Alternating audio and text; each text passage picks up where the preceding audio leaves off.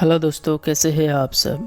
तो आज हम एक्सप्लेन करने वाले हैं हाल ही में रिलीज हुई एक एडवेंचर हॉरर मूवी ओदेला 2 को। मूवी की शुरुआत होती है ओदेला नाम की एक गांव से, जहां एक बच्ची हाथ में कटा हुआ सर लेकर पुलिस स्टेशन पहुंचती है। ये देख पुलिस वाले भी कुछ देर के लिए बहुत ज्यादा डर जाते हैं। तभी एक लेडी पुलिस कहती है कि कुछ दिन पहले तिरुपति का सर ऐसे ही कटा हुआ मिला था। दूसरी तरफ तिरुपति की बॉडी को देखते हैं, जहां एक डॉक्टर उसके सर को बॉडी से जोड़ रहा होता है। तभी हमें पता चलता है कि तिरुपति ओदेला गांव का रहने वाला था और इस गांव में जिस किसी भी लड़की की नई शादी होती थी वो उनके साथ गलत काम करता था, जिसके बाद वो उन्हें जान से मार देता था। और एक दिन जब ये बात उसकी पत्नी को पता चलती है तो वो उसके सर को धड़ से अलग कर देती है। इसके बाद तिरुपति की बॉडी को गांव लाया जाता है, लेकिन अंतिम संस्कार के लिए कोई भी उसके घर नहीं आता। उसका भाई अपने जान पहचान वालों को कॉल करता है, लेकिन वो लोग आने से साफ मना कर देते हैं। दूसरी तरफ गांव के सरपंच और बाकी लोग एक पंडित से मिलते हैं, जहां सभी फैसला करते हैं कि वो लोग तिरुपति की आत्मा को समाधि दंड देंगे।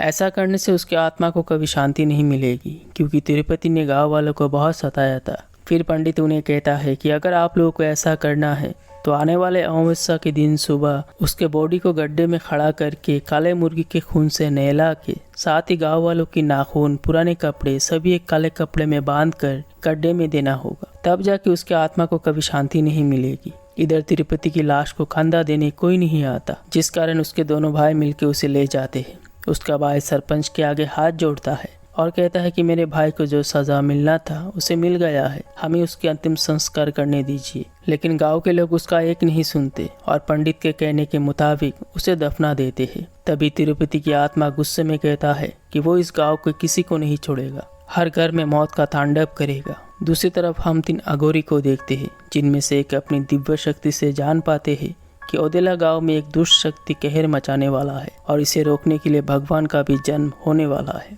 इसके बाद ओदेला गांव को देखते हैं, जहां पूरे 6 महीने बाद किसी के घर शादी हो रही है। गांव के लोग बहुत खुश थे। रात का टाइम होता है और हम उसी पंडित को देखते हैं जिसने गांव वालों के कहने पर तिरुपति को समाधि दंड दिया था। पंडित उस शादीशुदा जोड़ी को आशीर्वाद देने जा रहा था। तभी गाँव के कुछ लड़के पंडित को बुलाते हैं और पीने के लिए कहते हैं।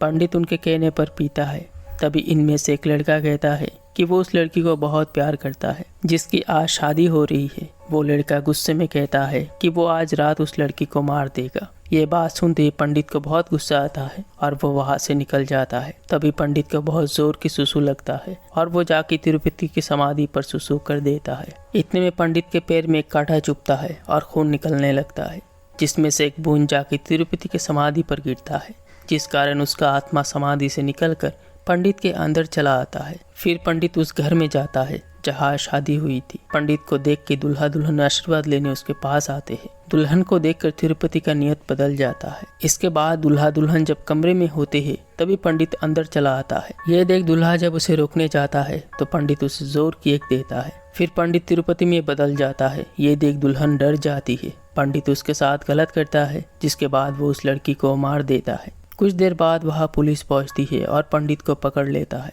पर पंडित कहता है कि उसे कुछ पता नहीं। पर पुलिस उसकी एक नहीं सुनता और अपने साथ पुलिस स्टेशन ले जाता है, जहाँ उसके अच्छे से खातिरदारी किया जाता है।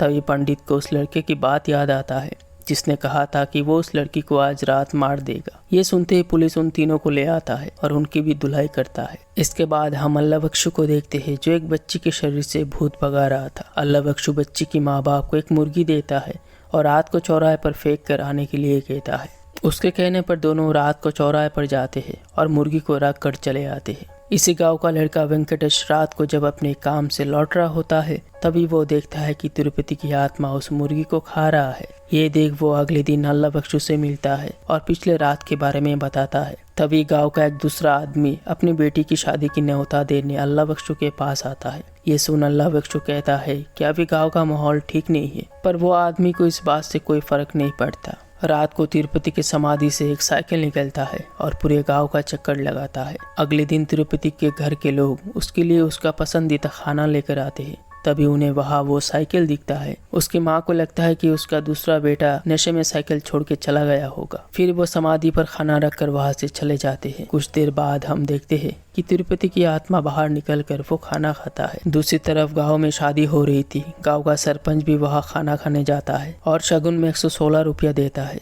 इस बात को लेकर लड़की के पिता के साथ सरपंच का झगड़ा हो जाता है। रात को सरपंच जब अपने घर के लिए लौट रहा था तभी उसे सुसु लगता है और वो भी पंडित की तरह तिरुपति की समाधि के पास चला जाता है और सुसु करते हुए कहता है कि तिरुपति, जब तू जिंदा था तो तेरे डर से गाँव वाले मूत देते थे और आप देख गाँव वाले तुझ पर मूत रहे हैं। ये कहकर वो हंसने लगता है। तभी पंडित की तरह उसके भी पैर में एक कांटा चुभता है और खून निकलने लगता है। खून निकलकर समाधि पर गिरता है, जिस वजह तिरुपति की आत्मा बाहर आता है और सरपंच के अंदर घुस जाता है। फिर सरपंच सीधा वहां से उस दुल्हन के घर जाता है, लेकिन वो लोग वहां पर नहीं होते हैं क्योंकि दूल्हा दुल्हन ने अपनी पहली रात खेत में मनाने का सोचते हैं। तिरुपति उन्हें ढूंढते हुए खेत पहुंच जाता है और दुल्हन के साथ गलत काम करता है, जिसके बाद वो उसे भी मार देता है। अगली सुबह लड़की की माँ बाप उस खेत में पहुंचते हैं। पुलिस भी वहां मौजूद होती है। अपनी बेटी को इस हालत में देखकर वो अपना सर पीटने लगते हैं। इसके बाद सभी गांव वाले सरपंच और पंडित को पकड़ लेते हैं। दोनों को एक पेड़ से बांधकर बहुत मारते हैं। तभी वहां अल्लाह बख्शु पहुंचता है और इन मौत के पीछे इनका हाथ नहीं है ये दावा करता है। तभी गाँव वालों को कुछ CCTV फुटेज दिखाया जाता है जहाँ तिरुपति का साइकिल अपने आप पूरे गाँव में चक्कर लगा रहा होता है। ये देख गांव वाले भी समझ जाते हैं कि अब तक जो कुछ भी हुआ ये सब तिरुपति का क्या दरा है। तभी वहाँ एक सीनियर पुलिस ऑफिसर आता है और दोनों को पुलिस स्टेशन ले जाने का ऑर्डर देता है। साथ ही अल्लाह बख्शु से कहता है कि वो तिरुपति का नाम लेकर दोनों को बचाने की कोशिश कर रहा है। पुलिस ऑफिसर गाँव वालों की बातों पर विश्वास नहीं करता है और खुद चेक करने के लिए तिरुपति की समाधि के पास एक टेंट लगाता है ताकि वो गाँव वालों को झूठा साबित कर सके। अगली सुबह कांस्टेबल सीनियर पुलिस ऑफिसर के लिए चाय लेकर आते हैं, लेकिन तब तक सीनियर पुलिस ऑफिसर मर चुका होता है। फिर फ्लैशबैक में दिखाया जाता है कि कैसे तिरुपति की आत्मा ने पुलिस ऑफिसर को मारा था। अब गांव की हालत इतनी खराब हो चुकी थी कि लोग घर से निकलना भी छोड़ दिया था। फिर गांव के कुछ लोग जाके राधा से मिलते हैं। राधा तिरुपति की पत्नी होती है और उसने ही अपने पति को मारा था। राधा से मिलके अब तक जो कुछ भी हुआ उसके बारे में बताते हैं। ये सुन राधा कहती है कि आप लोगों को ऐसा करना नहीं चाहिए था। सभी राधा से माफी मांगते हैं और इसका एक सोल्यूशन देने के लिए कहते हैं। तभी राधा अपनी बड़ी बहन भैरवी का नाम लेती है और वो फ्लैशबैक में जाती है। तभी हमें पता चलता है कि भैरवी अपनी दादी को बहुत मानती थी और उसकी दादी भगवान शिव जी को मानते थे। एक दिन उसकी दादी से उसे पता चलता है कि जो लड़की अपनी पहली पीरियड से लेकर अंतिम पीरियड तक अपनी कुंवारेपन को बचाए रखेगी, शादी विवाह से दूर रहेगी और शिव जी का 110 करोड़ जप करेगी, उसे भगवान शिव का असीम शक्ति प्राप्त होगी। ये सब सुनने के बाद वो शिव की आराधना में घर छोड़ देती है और आप वही इस गाँव वालों को बचा सकती है। इसके बाद राधा उन्हें भैरवी का पता बताती है जहाँ वो अक्सर आया जाया करती है। गाँव वाले राधा के बताए हुए जगह पर जाते हैं और भैरवी से मिलते हैं। उसे मिलकर अपनी गाँव के परेशानी के बारे में बताते हैं। तभी भैरवी कहती है कि आप लोगों का कर्म जो दंड बन चुका है। काफी मिन्नतें करने के बाद भैरवी उनके साथ ओदेला में जाती है जहाँ वो सबसे पहले तिरुपति की समाधि पर आती है और अपने मंत्र शक्ति से एक त्रिशूल वहाँ गाड़ देती है। साथ ही 4 नंदी महाराज की मूर्ति को बैठा कर तिरुपति की आत्मा को बंदी बना लेती है, जिसके बाद वो गाँव वालों को आगाह करती है कि अगले 15 दिन में ये आत्मा नष्ट हो जाएगी, पर इस 15 दिन के अंदर अगर किसी का साया यहाँ पड़ता है तो इस आत्मा से होने वाले विनाश को भगवान भी नहीं रोक सकते। इसलिए सभी फैसला करते हैं कि हर घर के लोग बारी बारी से इसकी सुरक्षा करेंगे। इन सब के बाद भैरवी यहाँ से जाने लगती है तो सभी गांव वाले उसे अगले 15 दिन गांव में रुकने के लिए कहते हैं। भैरवी उनके कहने पर एक मंदिर में रुक जाती है। ओदेला गांव में हो रही खबर टीवी न्यूज़ वालों को पता चलता है और वो लोग इसका न्यूज़ बनाने चले आते हैं। जैसे ही वो अपना ड्रोन छोड़ते हैं तो किसी खराबी की वजह से वो ड्रोन समाधि पर गिर जाता है। जब वो उस ड्रोन को लेने जाता है तो सुरक्षा दे रहा आदमी उसे ऐसा करने पर मना करता है। रात को दोबारा वो आदमी अपना ड्रोन वापस लेने आता है और जैसे ही वो समाधि के पास जाता है तिरुपति की आत्मा जाग जाती है और उसके अंदर चला जाता है।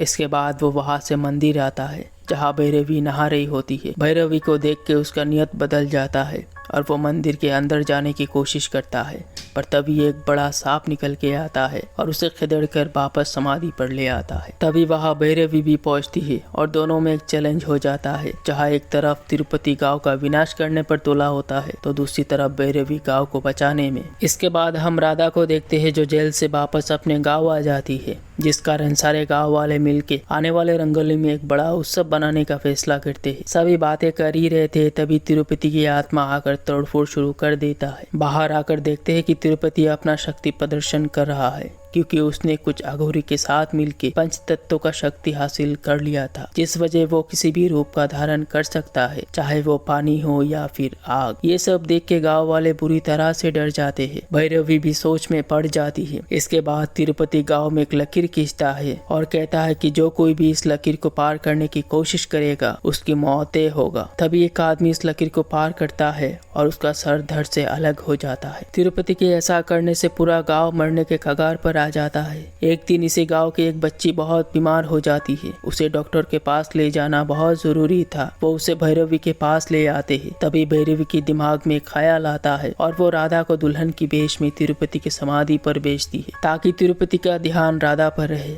दूसरी तरफ भैरवी लाउड स्पीकर पर शिव जी का मंत्र जप शुरू करती है, ताकि उस बच्ची को गांव के बाहर ले जा सके। तभी मौसम की वजह से बिजली विभाग बिजली काट देते हैं, जिस वजह लाउड स्पीकर बंद हो जाता है और तिरुपति को पता चल जाता है कि गांव से कोई बाहर जा रहा है। तभी वो उस बच्ची के अंदर घुसकर राधा का सर धड़ से अलग कर देता है और उसी सर को लेके पुलिस स्टेशन जाता है, जिसको हमने मूवी के स्टार्टिंग में देखा था। गाँव वालों की ऐसी हालत देखकर भैरवी तिरुपति के पास आती है और उससे बात करती है कि वो ऐसा करना छोड़ दे, पर तिरुपति इसके लिए एक शर्त रखता है कि भैरवी को उससे शादी करना होगा। तिरुपति की बात भैरवी मान लेती है। इसके बाद वो एक दुल्हन की वेश में सजती है, लेकिन वो शिव जी का मंत्र जप करना नहीं छोड़ती। इससे तिरुपति को बहुत गुस्सा आता है और वो फैसला करता है कि गांव वालों के सामने भैरवी को भोग करेगा। तिरुपति भैरवी को बहुत मारता है। दूसरी तरफ अल्लाह बख्शू तिरुपति की बॉडी को गड्ढे से निकालने की कोशिश कर रहा होता है। इधर भैरवी का जप और 2 बार बोलने से पूरा हो जाएगा, लेकिन वो बेहोश हो जाती है। तभी गांव की एक छोटी बच्ची नंदी महाराज के पास जाती है और उनके कान में भैरवी की मदद करने के लिए कहती है। तभी नंदी महाराज प्रकट होते हैं और भैरवी को जगाते हैं। इतने में भैरवी का 110 करोड़ जप पूरा हो जाता है, जिस कारण वहाँ खुद शिव जी आते हैं और वो अपना त्रिशूल भैरवी को देते हैं। भैरवी उसी त्रिशूल से तिरुपति को मार देती है। दूसरी तरफ अल्लाह बख्शू उसकी बॉडी को जला देता है। इसके बाद भैरवी भी इस गाँव से चली जाती है। कुछ दिन बाद गाँव के कुछ लोग एक दुकान में बैठकर चाय पी रहे होते हैं। तभी एक की नजर तिरुपति के साइकिल पर जाता है, जो अपने आप चल रहा होता है, और यहाँ पर ये मूवी खत्म हो जाती है। तो आपको कैसे लगी एक्सप्लेनेशन कमेंट करना।